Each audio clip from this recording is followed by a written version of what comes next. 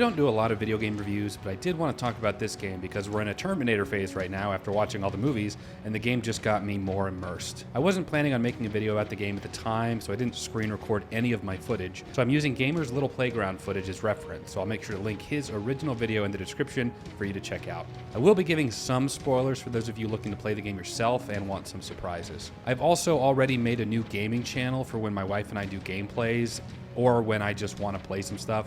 And I think devoting a single channel to that would help prevent the algorithm getting confused as to what the main channel is.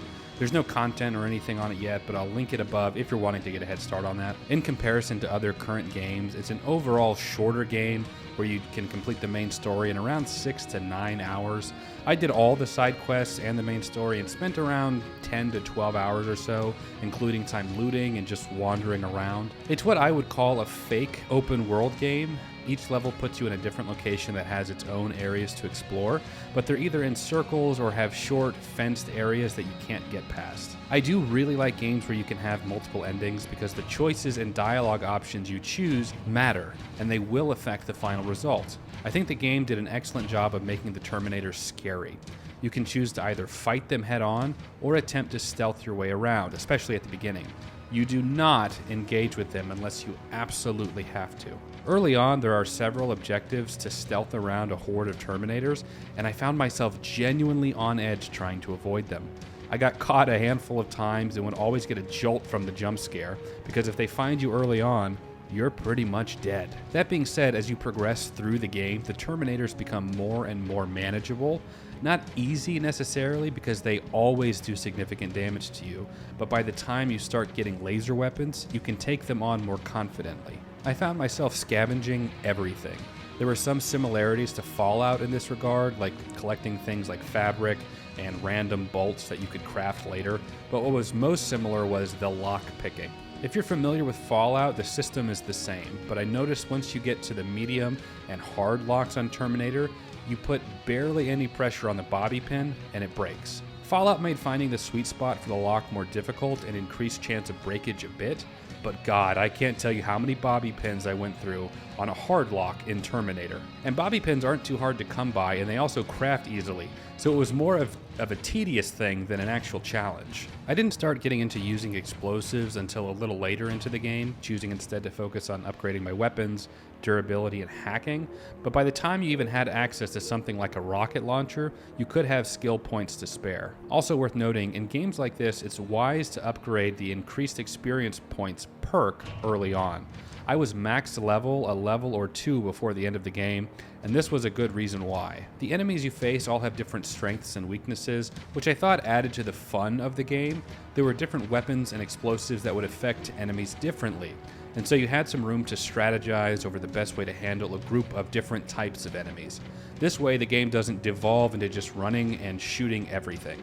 To the game's credit, even if you upgrade your toughness skill, all the enemies are deadly. Early on, I would utilize stealth a lot more and only engage with enemies if absolutely necessary. But by the end, I found myself being much more aggressive in taking on enemies, though it was always wise to make sure I had cover and room to fall back if needed. One area of the game I found extremely frustrating was the Terminator knife. The knife allows you to stealth kill a Terminator from behind, but is a one-use only item. I would constantly get behind a Terminator and attempt to take them out, but the option to kill them was always evasive. You had to be in a specific spot, a specific distance away for this to be successful. There were several times I would be behind a Terminator right up to it, and it wouldn't work. I ended up getting so frustrated with it that I stopped bothering with attempting to use it, which is a shame because I would have loved to have utilized that feature more.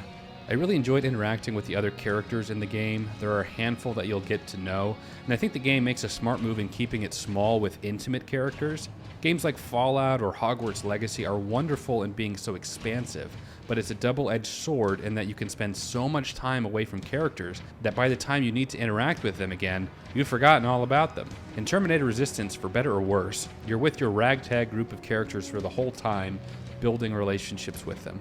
I also didn't know this going in, but upon stumbling into it organically in the game, you can end up having sex with two characters.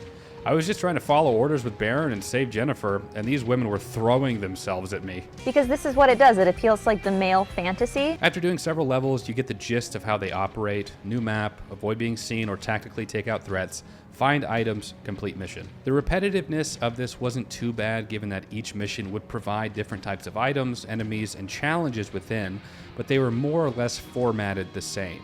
One thing I found myself really enjoying was the hacking. The moment I saw a turret, I was all over it. Reprogramming the turrets was one of the best things in the game because even if you had a strong opposition of Terminators, the turrets could take out a whole slew of them.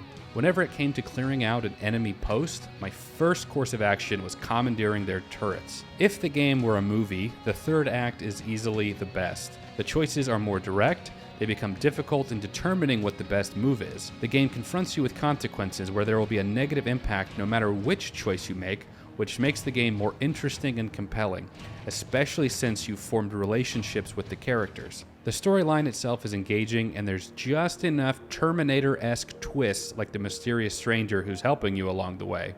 It's reminiscent of the original films without outright copying it, a hard balance to find. The final mission was one of the most fun. Sometimes you just want to go to battle against some Terminators, and the game affords you that in the final battle. You get to fight alongside the legendary John Connor and take down Skynet. The valiant final battle feels earned considering how weak and vulnerable you are at the beginning, contrasted to how far you've come by the end. One of your biggest missions is the reason the Resistance is able to reprogram the Terminators in the first place, and results in the T-800 going back in time to protect John Connor in Terminator 2, as well as John Connor having to send Kyle Reese back in time to protect his mother in Terminator 1. This is where the game connects most closely with the films, and honestly fits in rather nicely in the continuity of Terminator 1 and 2. The choices you make finally come to a head with some of your allies living or dying based on your choices earlier on.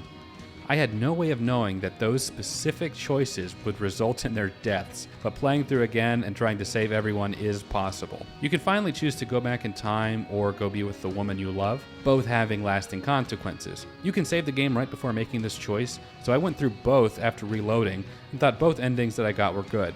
If only I saved those other people. All in all, it's a really fun game, and I'd say it's worth a playthrough. Thanks so much for watching, everyone. I hope you enjoyed this one. I know it's not what I normally do, but I do appreciate it, and I'll catch you next time.